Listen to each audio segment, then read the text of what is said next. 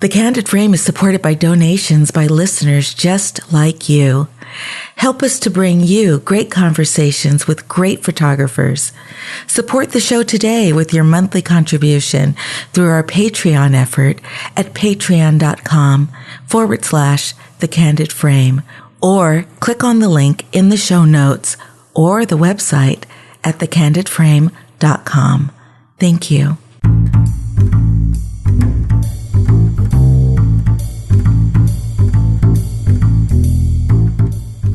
This is Ibarionex, and this is The Candid Frame.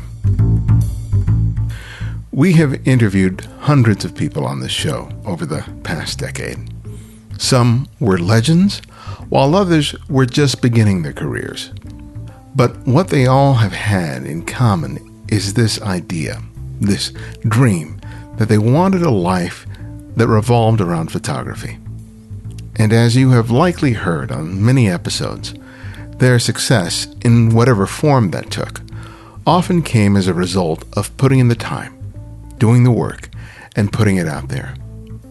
I'm sure that every single one of them had an excuse as to why they might not succeed, but that didn't stop them.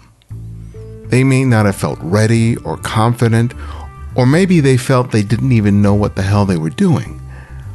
A lot of people describe luck or talent as the sole reason why many photographers have achieved what they have.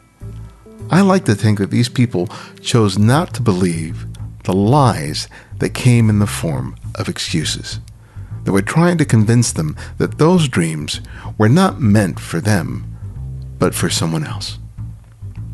Anna Gunn is a photographer who has likely heard a lot of excuses as to why she shouldn't be doing what she's doing. I mean, it was crazy to leave the UK to start a business and a new relationship in a foreign country whose culture and language she was barely familiar with.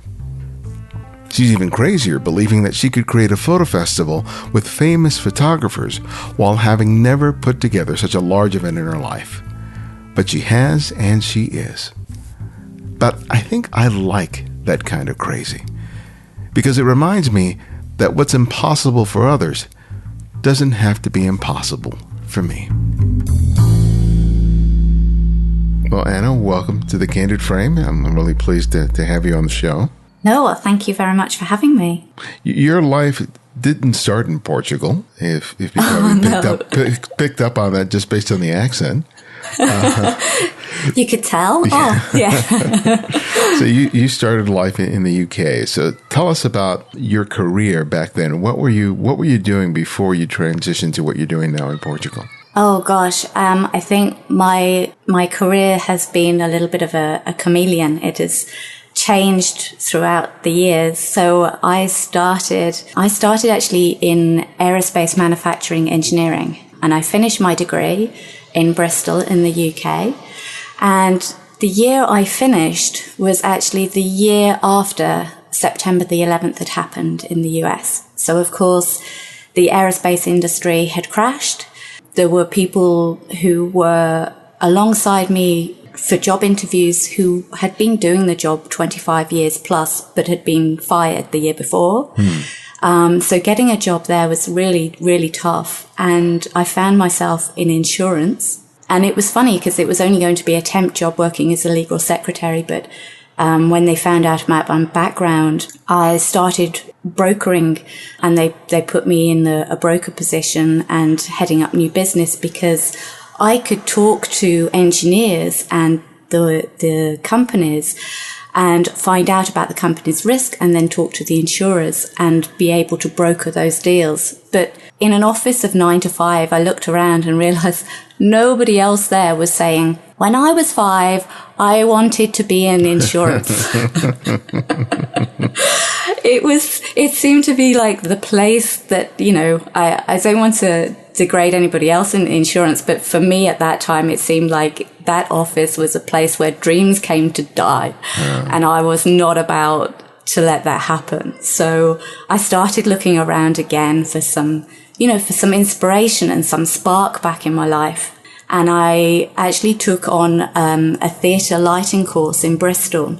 And it was a 2-week course, and it just filled me with awe that you could play with light on a stage and it would make everything look pretty and wonderful and create such fantasy worlds. And so I booked myself on another course in London. How did you find out about the lighting course? Because it seems like such a small niche that to even find out about it seems like it would be just... I love how life works like this. That a friend of mine who I was alongside in my degree, because a lot of the engineering degrees, whether you're in sound engineering, aerospace, or mechanical, they all start on the first year pretty much the same way. And I was alongside my colleagues who were doing sound engineering. And so they were off working in nightclubs. And when they were telling me that this lighting thing was actually a job and that I could find out a course about it, and they were telling me some great places to look, and that kind of put me into let me go take a look at that. So that's kind of how it twisted into that. But the course in London I went to, it was supposed to be 2 weeks. At the end of the 2 weeks, I went to, it was the London Academy of Music and Dramatic Arts, and at the end of 2 weeks, the instructor there said to me, you know that we do a 2-year place, a course here, and if you wanted, we can get you a fast track interview. And I kind of sat back and went, yes, thank you, I'll take that, without realizing what I had just said. And I did this interview with the director. He said yes. I then phoned my boss and said to him, okay, I am now giving you my month's notice. I then went back to the friend that I was staying with in London, sat on the porch outside and cried because I realized that I had just given up a well-paid job with health benefits and all the rest of it for some crazy dream, that I knew that I was going to have to move to London and start all over again. And I knew that I didn't have a choice, because it was exactly what I needed to do. So you didn't have that emotional reaction before you gave your notice. It was only immediately afterwards that you realized, oh my God, I just did something. I think the momentum had carried me through to that point, and then it was all came crashing in of, do you realize what you have just done? I think that this is a theme throughout my life, where momentum carries you until you realize, oh, well, okay, now it's all done. Was there a particular moment when you were learning it, when you were actually, practicing it, where you realized, wow, this is it for me? That sort of just was the catalyst, or was it a more sort of gradual buildup? Oh, I think there were several points in that week. Where we were in that theatre is a very old theatre, and it's no longer there anymore. It's a training theatre, or was.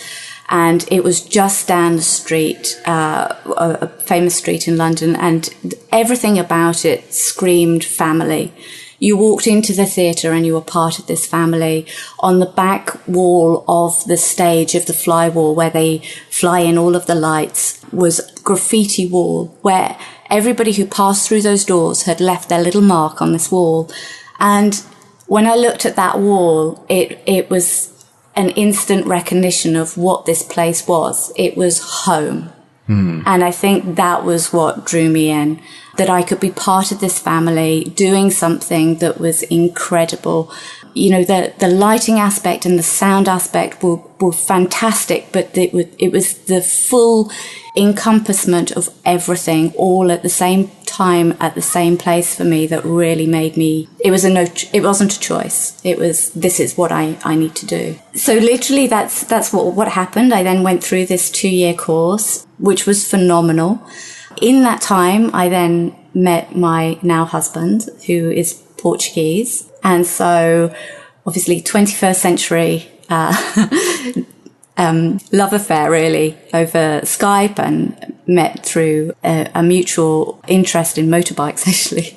And I then came over here to meet him, and that was it. Wow. So I had to then move to Portugal. And I was on tour at the time. I had finished the course. I'd been out touring. And so we had it all set up. We had the idea of, okay, so we can make this work. I can still tour. I can live in Portugal, fly back to London, carry on doing this dream. And that's how we planned it. However, the best laid plans never ever work. So what happened is I moved to Portugal. We bought all of my stuff here, and the tour that I was due to start back on, they cancelled my contract. So I was here and I had no work and I was based here. And so I kind of had to look around and start all over again. And that was terrifying, I think. And some of the worst years of my life, if I'm all honest with what went on, it was hugely difficult to learn a language and to start all over again. And it was in that time that Philippe and I, my husband, we travelled up and down Portugal. And we travelled with his camera, which I then stole and wouldn't let him have it back. In fact, on my birthday, he actually had to buy me another camera so he could have his back. And we travelled Portugal getting to know this country through the camera. And I realised that through the lens of that camera that a lot of the skills that I had learned through lighting were transferable skills. The storytelling of the theatre were transferable skills for me. And I learned the technical of the camera very quickly. Fortunately, Philippe is a great instructor, and because the two of us were learning alongside of each other, we pushed each other to learn. And we brought our photography then from the outside back into the studio. So when we got home, we then started building up, studio strobes. You go the DIY route first, and then you build up your studio to get some lights, and then you get some really dramatic lights in, and then you start down that path of accruing gear to play and to learn more.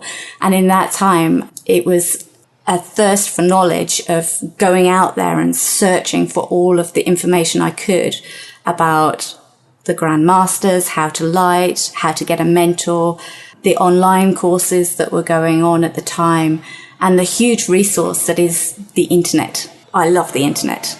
And it was just a massive source of education that was able to be accessible to us. And so we took all of the online courses we could, and we got ourselves onto mentor programs, and we just built our photography up from there, and then started our company here, McGunn Media, and started building up a business. I want to talk to you more about that business, but I kind of want to go back to that moment of transition, because I think I really want to hear more about that, because I think that, when people lose a gig, it can be sort of traumatic because they have a certain level of expectation of income and what their lifestyle is going to be. And when that changes, that can really throw people off kilter. But then you throw into the mix the fact that you're in a foreign country, you don't speak the language, and you're building a life with someone else, right? Right. And so you're having to sort of get to know them and live with them. You may not have had to do that before. And on top of that, there's cultural differences between the two of you. Oh, so it's like there's a lot of stuff that was going on with you. And how did you sort of deal with undoubtedly moments sort of depression, self-doubt, anxiety, to be able to sort of push through and not get overwhelmed by the situations that were your life at that point? What helped you get through that and move forward? Oh, there's so much in there, actually. Just taking the word culture there that you were saying, the culture differences. Before I moved to Portugal, I think if somebody had said the word culture to me, I would have understood it as, oh yes, different cultures mean a different language, a different music, different theatre. What I didn't understand about culture differences is the differences in the way people speak and think and act. It's this how they think part that is, I felt like I was so naive. I had no idea that this component of anything existed. And I feel like perhaps I was, uneducated, I think is, and I'm not doing myself an injustice there. It's the truth of that situation. I found myself in having to learn a lot of information very quickly. Fortunately for me, I had an enormous support system here. I had Philippe, who supported this whole entire process, and his family, which was great because they loved having an English person in their family. The first thing Philippe's mum did was take me into town and show me all the art shops, show me all of the crafts, show me everything that I would need that she thought it would interest me. And it was with huge pride that she showed me Porto, all the coffee places and all of the places that she loved. And that gave me an enthusiasm for the city and looking at the city in that really upbeat pride. Through the moments that were difficult, I think the enormous frustrations of a language bring not just floods of overwhelming, why can't you all understand me? But it also allows for this, this is going to be such a funny story next week. Can you give me an example of just such a situation that you remember? Oh my gosh, I have so many, but there was one in particular that made me so embarrassed. I had taken a belt buckle to go and get an extra hole made in the belt buckle here. There's a lovely old cobbler's, and you have to take things into specific shops here. They have one particular shop will do one trade. There's still the old trades that go on. So you take your belt buckle into the cobbler, and I was really proud that I had gone in there with this belt, and I had asked him to just put one extra hole. And he responded to me when I had asked how much that was. He said to me, I can't remember the exact phrase, but all I heard from the phrase was grátis, which is free. And I thought, he's done that for free. It just took him 5 seconds. That's really great. Thank you very much. And I picked up the belt and I walked out the shop. And then I called Philippe and I said, this lovely cobbler, we have to do something for him. He's just done this for free. And Philippe said, hang on, just repeat the phrase that he said to me. So I repeated it because I could remember it straight away. And he said, no, he's just said that you just need to give him a little something for coffee. And my face went bright red, and I realized that with huge embarrassment that I had walked out the shop without paying for something. So that was, I then went to the shop, the shopping mall, bought a bag of coffee, went back into the shop, gave him the bag of coffee and a chocolate bar, and paid for my belt and said, I'm very, very sorry. This is for you. I'm very, very sorry. And of course the cobbler was absolutely laughing. He was doubled over in hysterics, but being typically British, I was very red, incredibly embarrassed, and ran out of the shop, and I've never returned to that shop since. That's a great story. But that just speaks to the whole idea that when you are, making the choice not only to live in another country, but to do business in another country, where communication is so crucial to the success of you being able to serve as a client, that it's just ripe for miscommunication, misunderstanding, and how much more careful you have to be. Talk about the process of being able to not only sort of communicate, but also to be able to sort of negotiate, what you want, what they need in a completely foreign land where you're in the process of learning how to live out a life. Right, and I'm going to own it here. I'm nowhere near where I need to be with the language. I think it will probably take me a few more years for that. The language here is incredibly rich, and because of the older generation, they have phrases amongst themselves that if you translate word for word directly, it isn't always what it is just as a direct translation.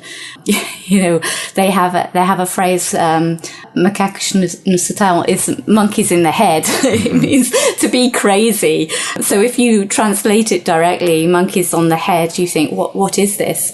It's exactly like English phrases of, his cheese has slid off his cracker. But there are colloquialisms that when you translate directly don't work. So in dealing with people, I have learnt here, firstly, culturally, voicemail does not work. It does not exist here. So if you call somebody on the phone, if they miss the call, they will call you back, and they will then ask who you are, because when people pick up the phone, they don't automatically tell you who they are. Mm-hmm. And emails are not something that are responded to unless you are a company. So dealing with individuals here as a culture in general, things are done face to face. And I have to say, for me, with the language, it's far easier and for me nicer to go to somebody and sit in front of them and make sure that we both understand each other and finish meetings that will normally be over coffee. Everything is done over coffee or lunch here, over a couple of hours as well. And the communication then is much easier for me. And it also makes sure that I have that connection with the person, because once you have a connection here, it's all about trust. They won't do anything without trust. And Portuguese are based very much family, loyalty and trust. And that's how business is built here. So nothing happens straight out of the gate. Everything needs to be built up. But once you've got that support, it's a phenomenal family to be part of. Can you give me an example of negotiating like a deal or a contract with someone as opposed to doing it in the UK and doing it in Portugal, something that you learned that you go, okay, I can't do it the way that I used to, and I have to do it this particular way. Is there something you can point your finger to with respect to that? All the time. Contracts are something that are probably done far later in a business process than would ordinarily be done in the UK. If here contracts are probably way down the line, you've already negotiated everything and you've already started probably collecting your models and on the way to the location before contracts are signed. Really? Yeah, and unless you're doing it for a big company, the smaller companies, they don't do contracts. You will probably be on the set and say, okay, you all need to sign these model releases. But at the same time, this is changing. The culture is developing very quickly here. So, and changes are happening very, very fast. But yeah, everything happens as a gentleman's agreement. And so that's why the trust is so important and why it takes so much time to build up, because signing contracts is something that people don't like doing here and they're a little bit suspicious of. So that becomes quite interesting when we have models or people walking through the door and you're asking them to sign contracts. You have to very carefully explain to them, this isn't just for us, it's for your protection as well. So that's one example. Well, tell us, you mentioned models. Why don't you describe to us what your business started off being in terms of a photographic business and what it's evolved into?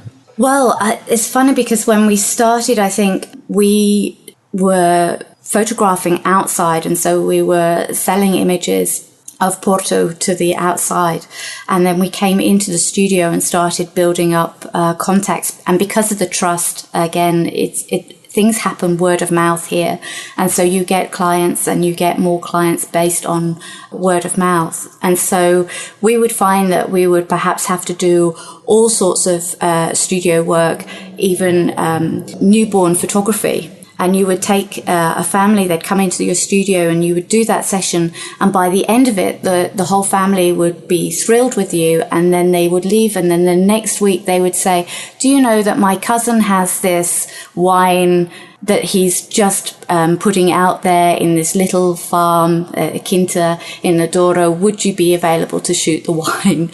So it's funny how those relationships really mattered to build up into a commercial world or to take the commercial jobs. You needed to kind of know the family first and to get those sorts of jobs and build up into the family. So for us, we've very much kept the doors open for all sorts of photography that could happen. I think the only things we've said is absolutely no event photography, nothing outside of the studio where weddings or large events happen, because we've seen what skill and mastery, and I applaud everyone who does weddings, but that is something that I feel is not within our wheelhouse. So we've kept very much into if I can control it in the studio, I'm very happy. So you and your husband both serve as photographers in the business. That's right. Yes. I think because we both learned at the same time, we pushed each other through the beginning years. And our progress, I think, I feel like our progress was fast tracked because of that. And I feel that it had this beautiful dynamic because Philippe is so technical. He will read manuals. He will read everything he can technically. And then you have me where I will say to him, show me what you've learned. And if he can show it to me with the camera in his hand, I will learn it instantly because I'm a visual learner. And so because of that dynamic, both of us were learning at a pace that was, and he was teaching me and I was teaching him the concepts. So then it kind of went back around. So we both learned in this beautiful figure of 8, really. And that kind of helped us push our skill level up. And in the studio now, it's funny, our clients come in and they say, you have this language between you where you don't talk, but you both know what it is you're doing. And I think they're probably right. You know, we both know what we're looking for. And so I will now perhaps shoot more than he does, and he will do more of the lighting and setups. So we kind of work off each other like that. Is there something that he has a special affinity for in terms of subject matter and genre, and that you have for yourself? Oh my gosh, if you are a musician and you bring your instrument into our studio, that is Philippe. He is so happy. He loves guitars, he loves musicians, and that's him. That is totally where he's most happiest. If you come to me and you would like some crazy concepts put together, or you've got a product that you want to showcase in a different way, that's me. I love putting those concepts together. So those are kind of like our wheelhouses. A big part of starting a business and running a business is sort of having a network of other photographers, having a community of other sort of like-minded people that you can network with, that you can get information from, basically a support structure. What was that like for you when you moved to Portugal and started running a business with your husband? Was that present there? Was it lacking, or did you find it primarily online? Yeah, how did that work? We searched online for sure. I mean, we went, I think we went through the YouTubes, and obviously this brilliant resource of Creative Live and all of the blogs that people were writing, and you go through all the masters, you find all of the masters online, and you research them, and you follow their blogs, and you work out what they're doing in that moment, and you try and reach out to them and talk to them and connect with them. The network here, I would say, we didn't have an awareness of the network here. I'm not going to say that it didn't exist. It's just we weren't part of it here for a very long time. I felt that the photography community kept themselves to themselves. They were all doing their own thing in their own bubbles. And there were pockets of them here in Porto, but nothing was joined up. So I would say, as for a wider community, we actually met some of our Portuguese photographer friends online in chat rooms, on Flickr, on Twitter. And it was like, where are you? Because you're Portuguese, but where exactly are you? Oh, I'm in Porto. And it would be like they were just down the road from us. It's like, how crazy we have to meet you online to know where you are. And that was really interesting, because we really were learning from internationals at the same way that other Portuguese and Porto photographers were. Tell me about Porto. What kind of community is it? Oh my gosh, this city is like the most beautiful little city. And I say little, it kind of is, but it's such a big heart. It's untouched. The landscape of it is like a tear cake when you look at it. And the people there are the most open and generous people that I've ever had the pleasure of meeting. You have to have time for everything. Obviously, Portuguese, you have to have time. And you walk down the streets and you will find people who will tell you their full life history. They've only just met you, but they will tell you everything. And if you let them, they will bring out the photograph albums of their children. And as an English person, I would get, oh, you know, my daughter, she's gone to the UK. She's studying to be a doctor over there. And this was like a common story that everybody wants to connect with you, and they will find a way of connecting to you, whether it is that you're British, whether it's that you're American, whatever your background is, they will find a way to tell you a story of their life that connects them to you. And you find that everywhere you go in Portugal. And if you have no cultural background, they will talk to you about the food. And even the most grumpiest person, if you talk to them about Portuguese meat or food or cookies or biscuits, their face, it's like suddenly they've opened a Christmas present, and they will light up and they will tell you all of their favorite foods. And then they will tell you where to go and get them and who you should buy them from and why and how much. The wealth of information then will just flow, and it's incredible that this little town has so much heart, and in a place, I think, especially now where there's a lot of the world is shutting down and not being open to receiving people coming in and talking to them, and yet Porto is so the opposite. It's really such an open place. People want you to be there. They want to talk to you. And they really want you to love their city as much as they do. And they never get tired of telling you this either. There'll be ladies on the street, and we call them the CCTV cameras, because there'll be one on every window. They'll be there, and they will always have time to talk to you, and they will always tell you the history of their house, the history of the street, the history of the town. And it's just impossible not to fall in love with Porto when you've got such pride in the city. So what led you to want to start a photo festival in Porto? Yeah, I've asked myself that a few times now. But the festival came about because essentially all of these online courses that we were learning, we thought we would take that idea and bring a few of our friends over. And we brought about 10 photographers over for what was the Porto Photo Experience, where they had just a weekend. I think it was perhaps 4 days here. And we took them around Porto with models, hair, makeup. And we wanted to see what they thought of Porto and what they saw in it photographically. And it made us realize that what we learned from this setting of people in an experience, learning from each other, going around the same problem in front of them and solving that in Porto while they were experiencing the culture and the city for the first time with fresh eyes, watching the light bounce off all of the buildings here and play in the streets, we suddenly realized that there was something far bigger, and we were watching something far bigger. And actually some friends of mine were founders of the Toronto Photography Festival, and we spoke with them and they said, right, you absolutely could start a festival in Porto and it would be an incredible thing to do. And when they said that, I kind of took a step back and went, yeah, that can happen. Mm-hmm. We can do that. We have this UNESCO backdrop, the World Heritage Centre at our doorstep.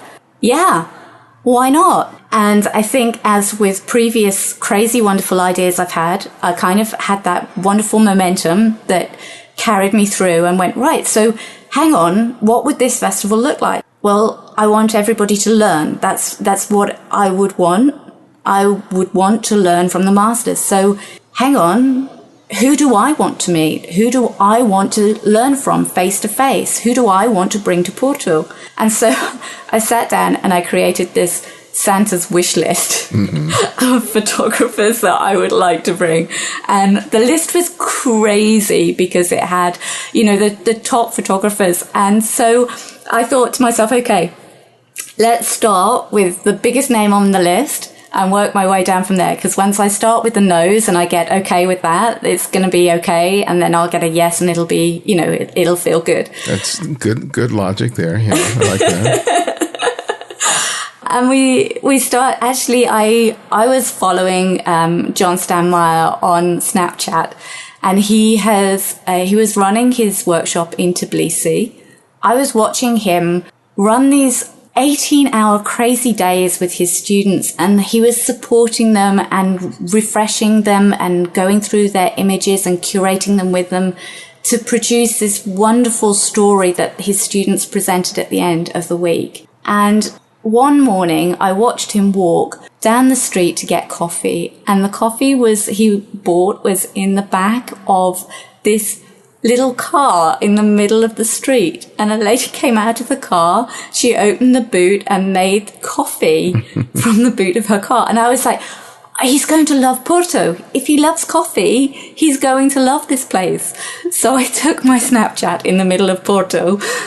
Inside, I think it was next to a coffee house, and I kind of positioned it, getting myself ready, pressed the record button and said, "Hi, John, I know you're in Tbilisi and I know that you love coffee, but I think you're going to love Porto. Would you like to come here and run a workshop?" And I pressed send before I could stop myself. And I couldn't believe it. He responded to me straight away with, "Here is my email address. I'd love to hear more." My jaw was on the floor. I think I probably screamed for a little while. I'm sorry to those around me. And it was an incredible moment for me. And it was probably the turning point of everything that happened, because that gave me the momentum to go to the next photographer on my list. And, when you've got names on that list, John Stanmeyer followed by David Nightingale. And I'm on Skype with David Nightingale after he very kindly agreed to speak with me. And he says to me, "So, Anna, of course, I'd love to go.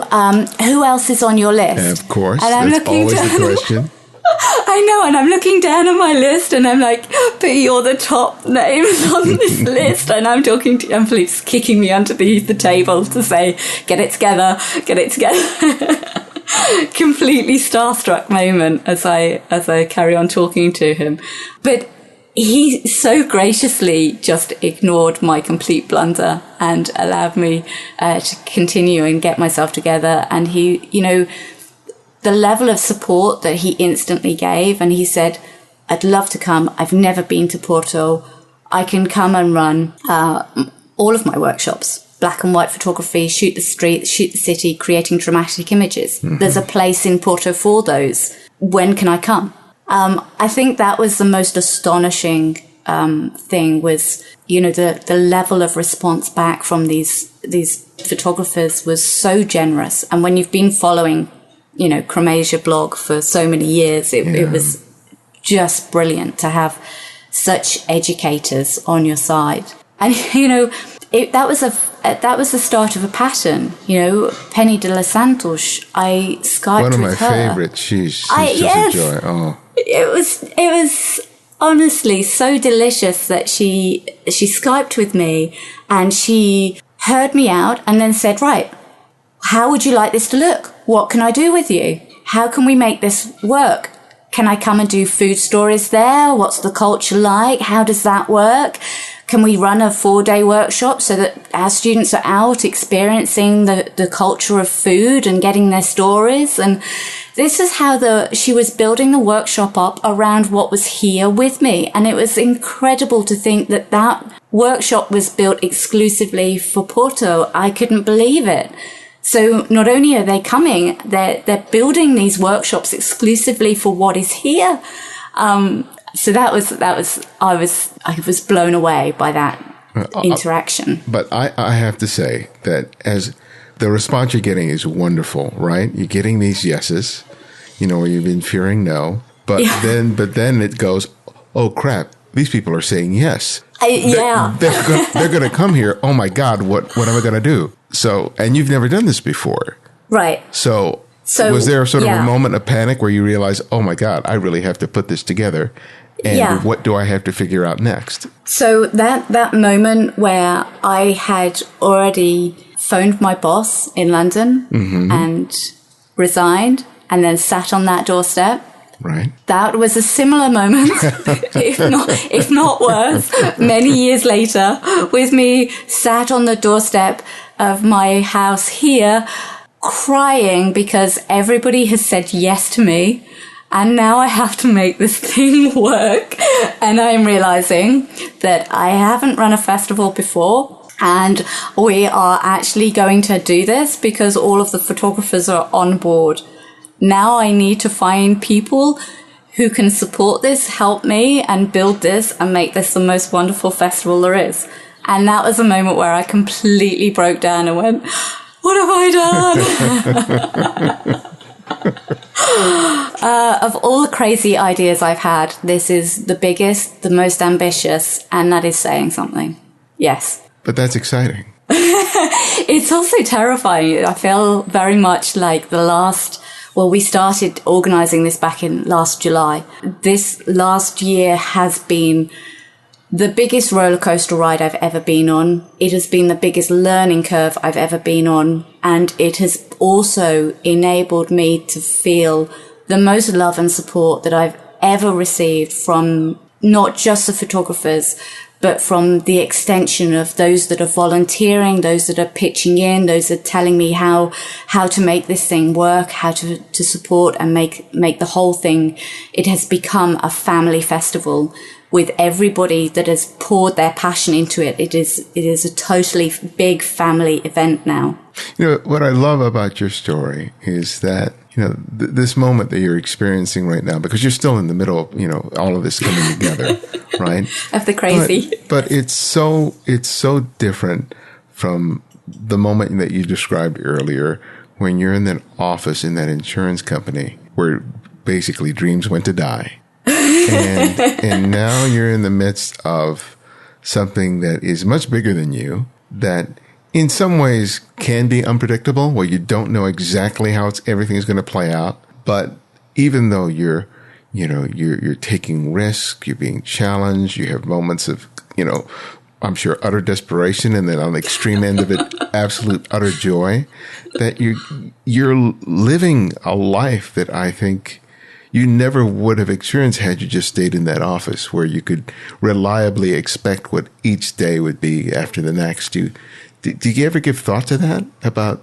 the leap that you've taken now as compared to where you were to where you are now? Gosh, I don't think I had. Yeah, but you're totally right. It's, yeah.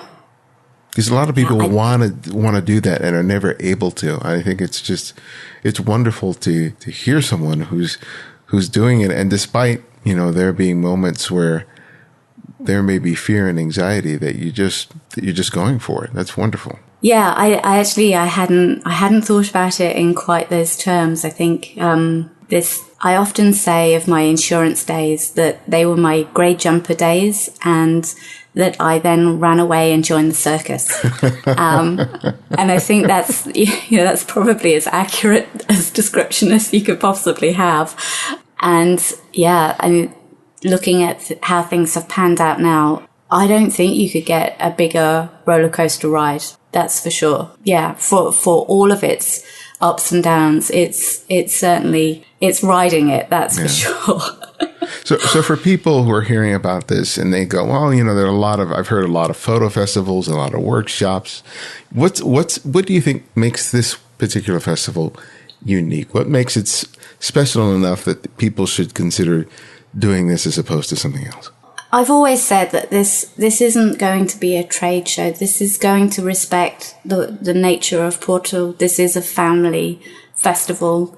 It's built on love. It's built from photographers to photographers. And I've always made sure that everybody who comes, everybody who's a teacher, not only do they have to be the best in their profession as a photographer, but they also have to be the best educators. You can't Google this content. It isn't something you're going to find on the internet. And it's building a community. You're coming to have this experience.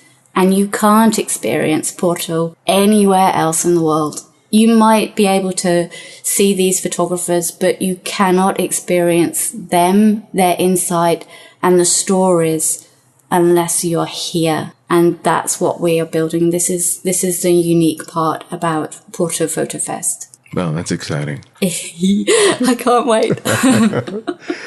So when are the dates it's actually happening? It's going to be from September the 11th to the 17th. So it's one full week where we have workshops and then masterclasses in the evenings, should you wish to attend just the masterclasses or just the workshops. Okay. And where can people go to find out more about that? PortoPhotofest.com. Well, my last question that I ask each guest is I ask them to recommend another photographer for our listeners to discover and explore on their own. And it can be anyone, someone you've long admired or someone you've recently discovered. So who would that one photographer be and why? Well, I knew that you would ask this question, and I have to say that I have recently discovered a lot about Porto and Portugal photographers. I have a name, and I'm desperately trying to. I'm going to have to spell it after this, I'm sure. Okay. But you can see him on Instagram, and it's Zin Santos Photography. Now, this wonderful gentleman is a street photographer of Porto, and he is the most wonderful artist, even though I know that he will hate me for saying that. But he really is. His insight, his nature, and his absolute humbleness and proud belief in his city really shine through his Instagram posts. So I have to highlight him. He's Jose Manuel Santos, but you can find him on Instagram at Zin Santos Photography. And I'll spell that. It's ZINHOSANTOS Photography. Oh, I look forward. A little bit of Instagram love, I'm sure. Oh, I look forward to checking it out. Well, thank you so much for making the time with us today, and it was a real joy to sit down and talk with you. Oh, no, it was completely my privilege to be here. Thank you so much.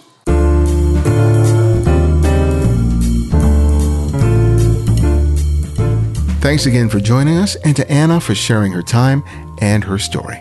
To find out more about the Porto Photo Festival, visit portophotofest.com. And thanks to all of you for your continued support of The Candid Frame. If you haven't already, please take the time today to write a review in the iTunes store. Your ratings and comments help people to discover the great conversations like the one you heard today. Thanks to Annabelle Henderson for your kind words and your 5-star review. You can also support the show by making a monthly contribution through Patreon. Visit patreon.com/The Candid Frame, or you'll find a link in the show notes and the Candid Frame website. Or if you just want to make a one-time contribution to the show, you can do so via PayPal by clicking on the donate button on the Candid Frame website or in the show notes. Thanks to Eric Seymour for his recent contribution. It really helps. Thank you.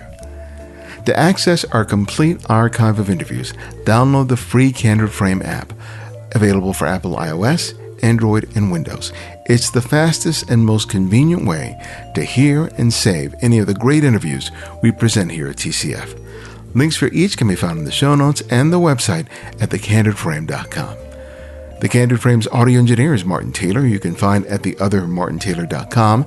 The show's senior producer is Cynthia Parker, and our music is from Kevin MacLeod, whose royalty-free music can be found at incompetech.com.